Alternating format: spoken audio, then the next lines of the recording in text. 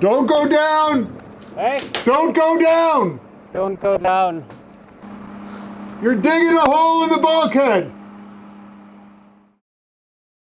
So I have to warn you before we begin this episode that it's a bit of a tense episode. It's a little bit of a scary episode. We got the mast lifted back in and it didn't go very smoothly. Now, all things considered, we got away with very little damage. Nobody got hurt. And we feel really good about the crane company. They were really apologetic and really worked with us. And, it all has ended well. But it probably shouldn't have happened to begin with, and I think this is a really good story about trusting your gut, because we kind of knew from the beginning that something was a little off, and we didn't listen to our guts, and maybe we could have avoided this. So here's the whole story, putting the mast back up.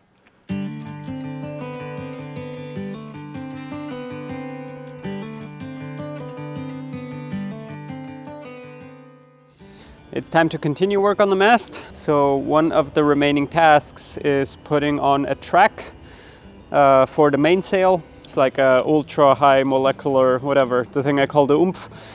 So it's an oomph material called a strong track by Tides Marine.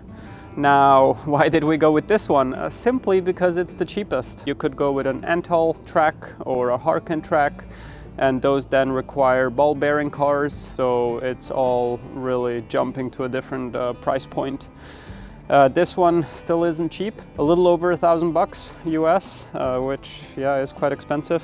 But it's a big difference with the others, so that's why we went with this one. What is a track for? Track is for easier hoisting and lowering of the main, easy reefing also when sailing downwind. You don't have to point the boat into the wind, which can be dangerous in some situations. Another reason is I really like sails with full battens. So the batch that we're going to order, I think, is going to be with full battens. So a batten pushes towards the mast, so that increases friction. And when then you pair it with a track though, then that reduces friction again, so that it becomes negligible. Oh, so much work. That is why I have gotten help. I woke somebody up at 4 a.m. with my outcries. To get here in time to answer his call. It was a 4:30 in the morning for me. That's okay. I just want to make clear, I did not call Brian at 4:30 because I'm not up at 4:30. That's but for sure. I did call him, and that's the time he decided to get up. To catch an early ferry, granted, for us. Thank you, Brian. I am truly sorry about that. But the list is long, and we have ordered the crane for Monday. Which is tomorrow. And today it's Sunday. We really need to step the mast. That's the highest priority at the moment, because we're still missing a couple of measurements for new sails, and those take a while to be produced. So that's why it's high on the list. Okay, a little bit of behind the scenes, because there's been a bit of change up and kerfuffle with measuring for sails. So you guys saw us measure for sails in an episode. The thing is that when we measured for sails before we took the mast down to redo the rigging, we thought we were going with a different company than we actually decided to go with in the end. We have decided to go with Zoom Sails, and that is who I was referring to in that episode, because by the time I made that episode, we had decided to go with Zoom. But at the time we were actually doing the measurements, we were thinking of going with a different company, so we were using their documents. We were filling out their measurement sheets, essentially. And we figured that once we switched to Zoom, those measurements should be kind of the same, but Zoom needed a few other specific measurements that the previous company didn't need. So it meant that we kind of had to hold off ordering until we put the mast back up. So we did feel a sense of urgency to put the mast back up, because we are counting down towards launch, and it's not like sails can be made in a week, right? So we needed to get the mast up and get those last few measurements pretty quickly. So one thing I'm working on right now is a spinnaker crane to have one halyard which swings freely. We didn't have that before. Last time we flew our downwind sail, it was using one of these halyards, but as a downwind sail can swing, it could chafe on the masthead here, so this is the ideal solution. Now, it's not a thing of beauty. I have thrown this together rather quickly, but I think it is stout enough to do the job. I will have to cut a hole in the mast where the halyard exits, because I want the halyards to be internal. Then also means we're going to have to cut a slot at the bottom where the halyard comes out. Then I have a little cap that goes on the masthead, which is to stop water from coming in. I would like to put that in place. We just secured the new through bolts for the mast tanks. I've added 2 more steps because I only had 2 before and I found it hard to reach those top steps. The idea of these 2 top steps is that so once I arrive at the masthead, I didn't just want to do the work hanging there, but it's nice to have 2 steps at the equal height so I can stand and I can work on the masthead. I have added 2 little cheek blocks here for future lazy jack lines. These are the tanks for the running backstays. As you can see, I put nylon washers everywhere to isolate stainless from aluminum. I have added compression sleeves going inside the mast, so that is when you tighten this bolt down, you're not compressing the mast. It didn't have that previously, now there is a compression sleeve in there. And we just put all the new standing rigging in place, as you can see. Brand new stay-lock hardware, brand new wire, which is super exciting. These are our spreader boots. When you have bigger head sails, they of course get in the spreaders and you don't want it to catch there and tear, and we just have to hot glue them in place.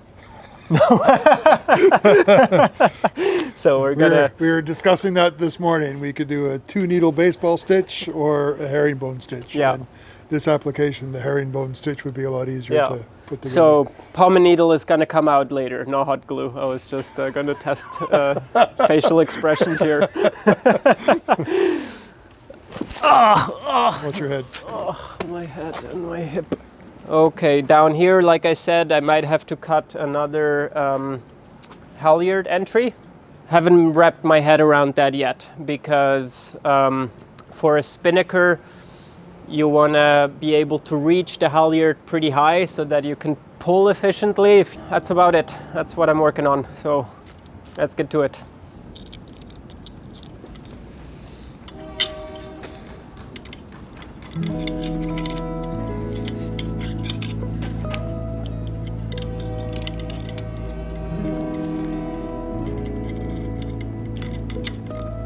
Rigging work is always fun in my mind.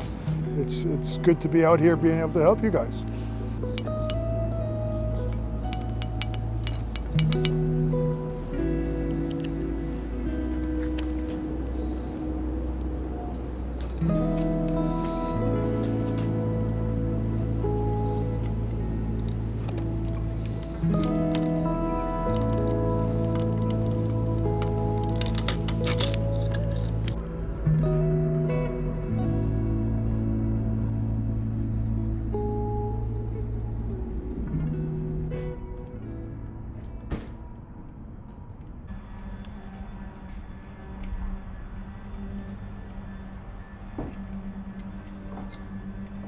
Good morning. So you just finished the last stitches on the spreader boots. They look beautiful. Oh, very good. Thank you. I think they're going to be very functional.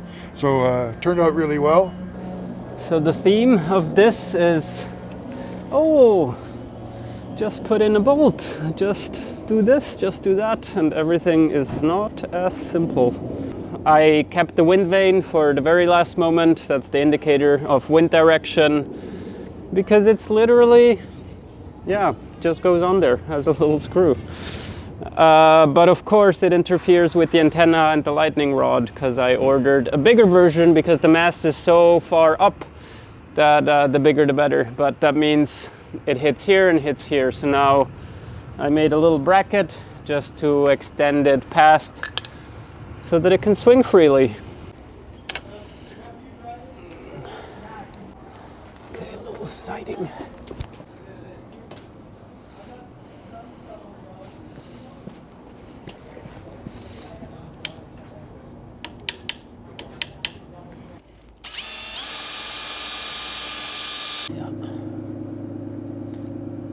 The big list. Cod halyard, X-seat slot, spreader boot, starboard lower spreader, mast dam question mark, tie furler, drum higher. Yeah, we can do that. Rope clutches, masthead cover. No, we're good.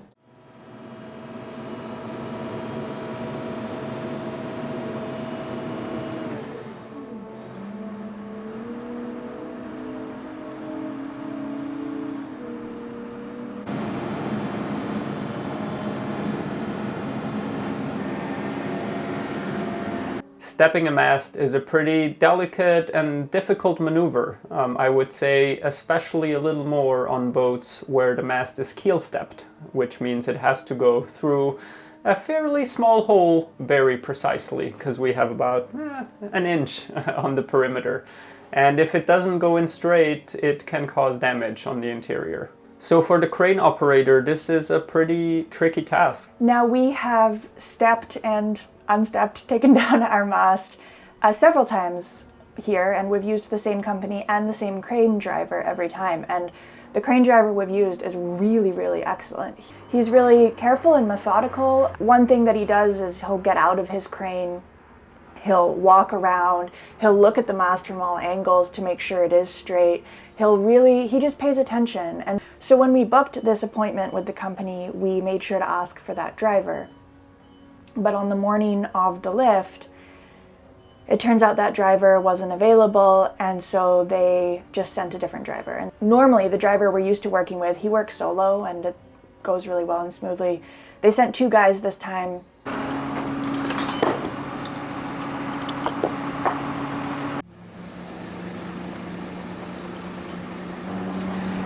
Okay.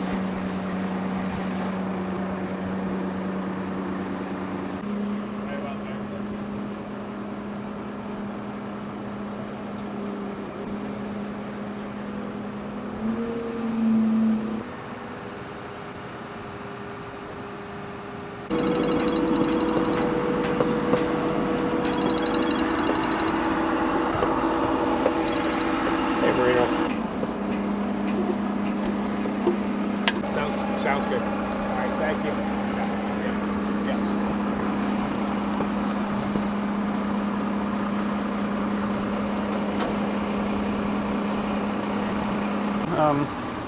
It's gonna have to move.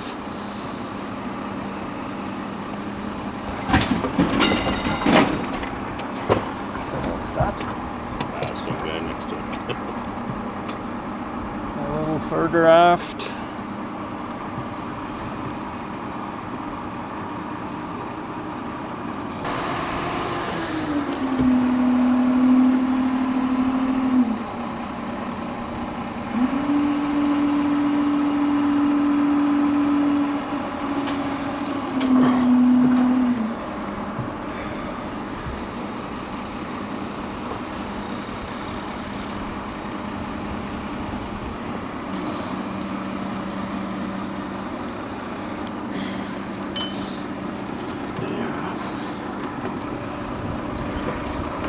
Do you want to go inside, Brian? Inside, yep.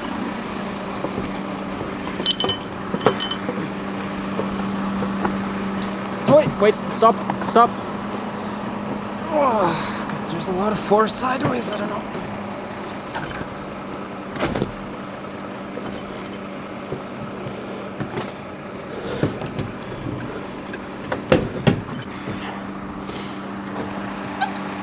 Okay, I gotta remove the filters now. Stop.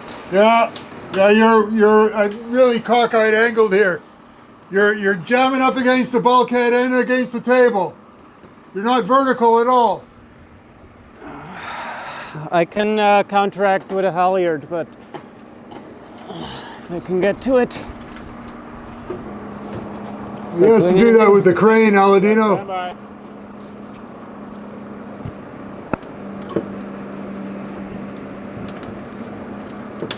Don't go down! Hey! Don't go down! Don't go down. The whole thing has to go... The head of the mast has to go forward! Yeah.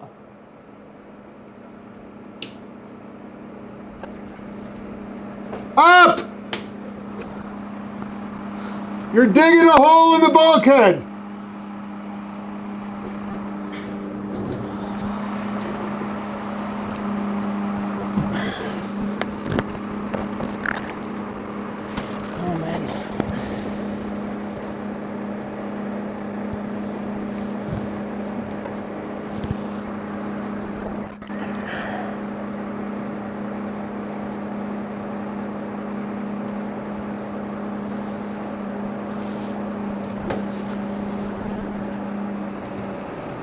Don't go down! You're gonna straighten it out!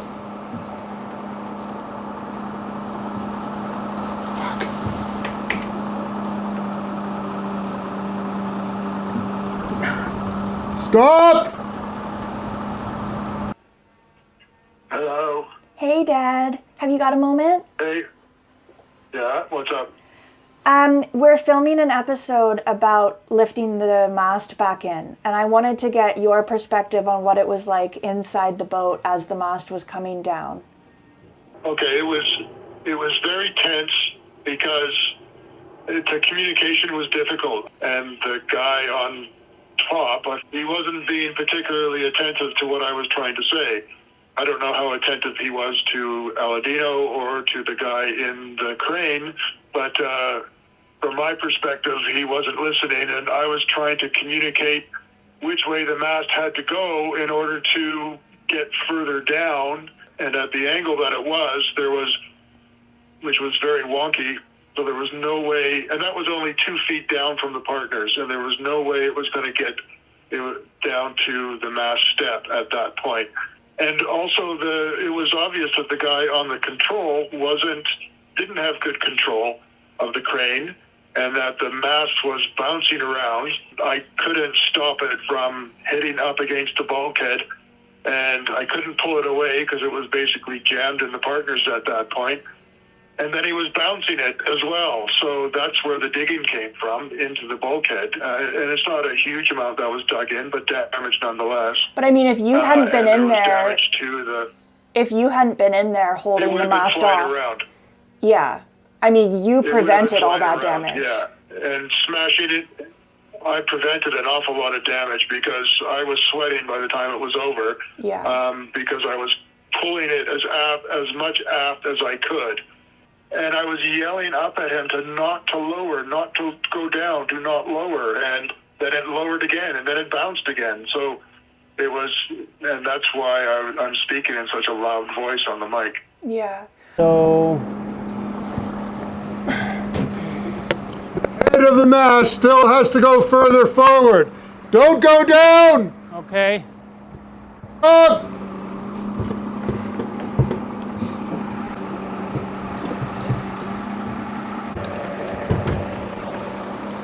How's that looking? It's not enough yet. 4 feet to go, and we're not going to get there at this angle. Say again? We're not going to get to the mast step at this angle.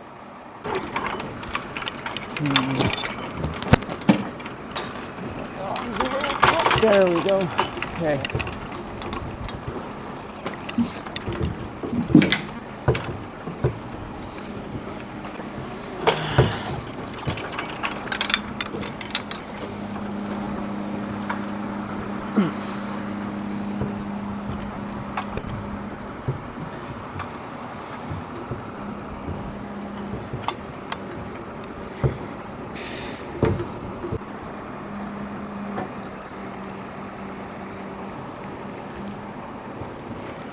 Good there?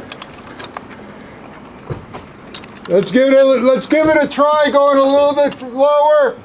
And if I can't get it on the step, I'll let you know. I'll tell you to stop. Right. How are we looking there? The top of the mast needs to go to starboard. Well, the part that I don't understand is why the hell he even attempted to put the mast in when it was at the angle that it was. And somebody who had put for 30 years masts into boats would have recognized that you can't put a mast straight down when it's at a 10-degree angle. I don't think he knew it was at an angle, though, because he wasn't looking at it. Like, he wasn't, Because he was spending so much time looking at his controls. from the angle that he was sitting in that crane, he wouldn't have been able to see the angle of the mast. He needed to get out and look. And that's what the other crane operator always did, is he would get out and survey and have a look and then get back into his crane and continue. This guy never left his crane. I think that was a huge part of it. And so he was just relying on being shouted at and like the little hand signals that he was getting, but those didn't seem to be enough for whatever the other reason. guy, Yeah. No. So there was no way that the second guy who was on deck that he should have even allowed it to have got as far as it did. No. So that was his failing. So if he's as experienced as he is, he shouldn't have allowed that to happen. Yeah. And from my and Aladino's point of view, is we're looking at it and saying the guys operating the crane, we assumed that they had experience and that they would be doing this well. Yeah. But the original guy, he was really good and really experienced, and he did it really well. And Aladino and I assumed that was going to happen again. So Yeah. that was a false assumption on our point, of course. It's really hard, like, chain of command for these sorts of things, because I think it is reasonable to assume that the guys you're hiring are experienced and know what they're doing, and to allow them to run their procedure as they run it. Because there's nothing more annoying as a tradesperson than having an owner try to run your job for you, right? And it's like, at what level of catastrophe can you step in and assume command of the situation? At what level is that, like, reasonable for you to do without stepping on toes, without, making the whole situation tense, and without creating tension that might also lead to a poor job, and that's hard. And I was down below. I had to yell up commands as to what needed to happen. It wasn't being listened to, and I think it wasn't. most especially is the guy operating the crane, he just didn't seem to have the skill to be able to execute those directions. That seemed to me to be the major problem. Yes, and that's absolutely right. So however well my instructions from down below were listened to, and then how well they were communicated to the guy in the crane, and then how well the guy in the crane understood those hand signals and communications, and then how well he operated his crane to conduct them. I mean, all of those were big gaps. Yeah. Big gaps in the whole operation, is because the communication was poor and the implementation of it was poor.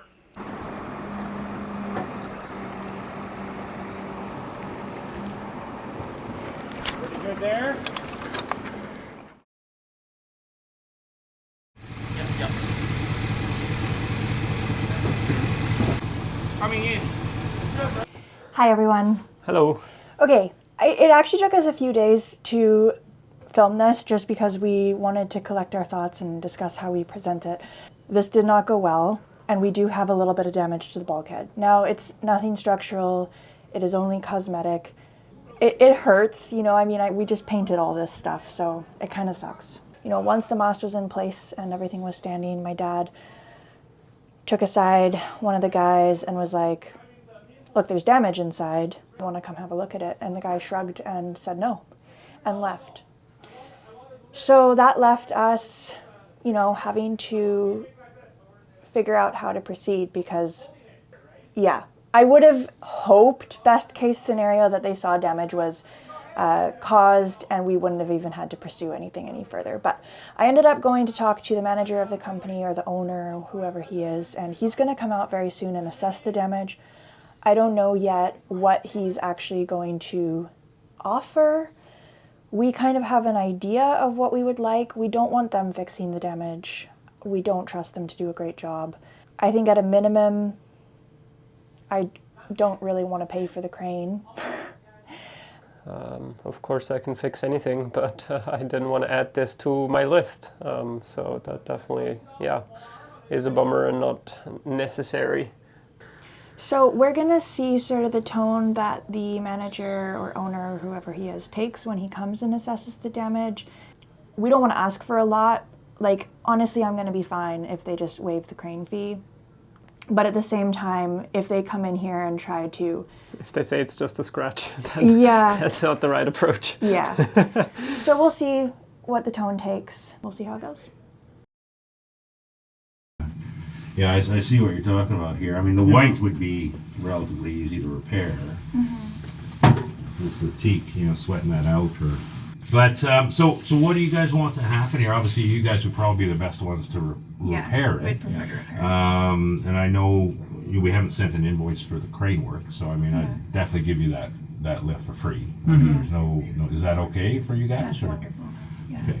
But yeah, no apologies for all that. Obviously, it's a blow to what you've already done for work. All right. I think that was a success. So, I mean, I think the biggest thing that we wanted to avoid is having like a confrontation or having an unpleasant exchange. We've reached a really nice conclusion. We are going to fix the damage. They're going to help us out with the materials, and we don't have to pay for the crane. So I feel good about that. For whatever we could have gotten out of them, it wouldn't be worth our stress and time and ill will. And so I feel really happy with this. Everyone's on good terms. We chatted. Yeah, that's the goal. Exactly. Yeah. Yeah, and I think that we got a lot of learning out of it as well. I had a bad feeling from the very beginning when this guy showed up. And, you know, I literally said to Aladino, should we send this guy away? I should have listened to my gut a little more because, well, I mean, you and Dad felt exactly the same way, but it's hard to send people away, I guess. No, not just that aspect, but Brian is a very busy retired guy. So whenever we manage to have him over here, which still is quite often, we really appreciate his time. And we had made the plan of him coming out here to help us with this. So then everything would have been shifted out, or then we would have been on our own, which it shows that extra hands are really helpful on this task. Yeah. So I was thinking, how bad can it be? We'll be able to wrestle it in place, which we And did. we did. Yeah, so yeah, a few scratches, luckily a little behind where they're not visible, and we reached a good compromise with the yard as well. So yeah, and mostly I'm just relieved with the tone they struck today. I Oh, was yeah. really worried that they were going to come in here and be like trying to blame us and trying to, no, I was glad too. Yeah. All right. Thanks for being here, everyone. Thanks for watching this episode. A little more dramatic than the norm. Oh, is that the end of the episode? That's the end of the episode. Oh, I thought we're going to talk about important things now.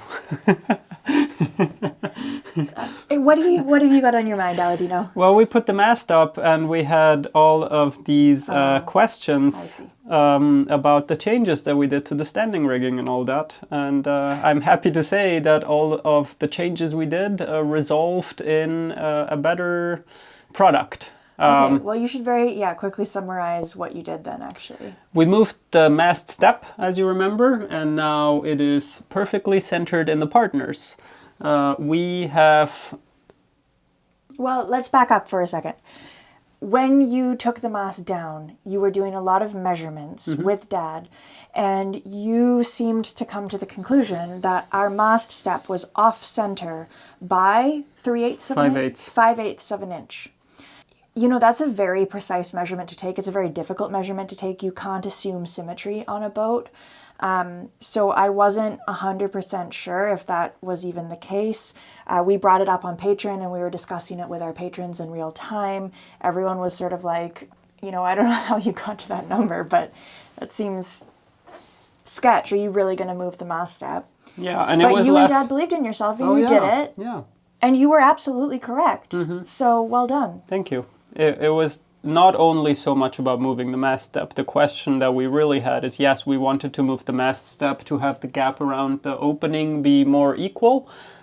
But what we were most curious about is, if we now move the mast step, how is that going to affect the changes of length to the standing rigging? We have to cut those new wires to a certain length, and hopefully they fit this time, so that's where we were a little worried. But we did do some calculations. We came up with the results that it's going to be like 4 millimeter different on one side, and we were like, well, those changes can be taken up with the turnbuckle, but that's all theory. And then, now we got the reveal, and everything fit beautifully. Those pins went right in. I also did trim the mast now, and I was able to tighten those turnbuckles down to the specified braking load, and we have room in the turnbuckles. Everything fits beautifully, so super happy with that. Yeah, very impressive work on that. You always amaze me with how too. good you are at Thank all you. of this.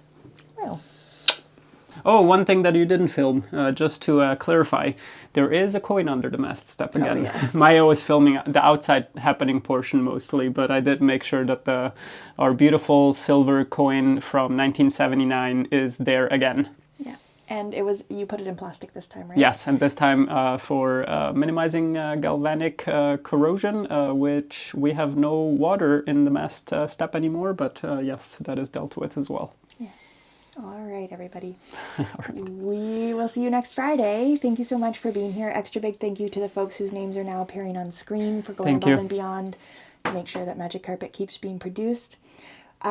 Big thanks to our patrons for making this all possible. We couldn't do this without you.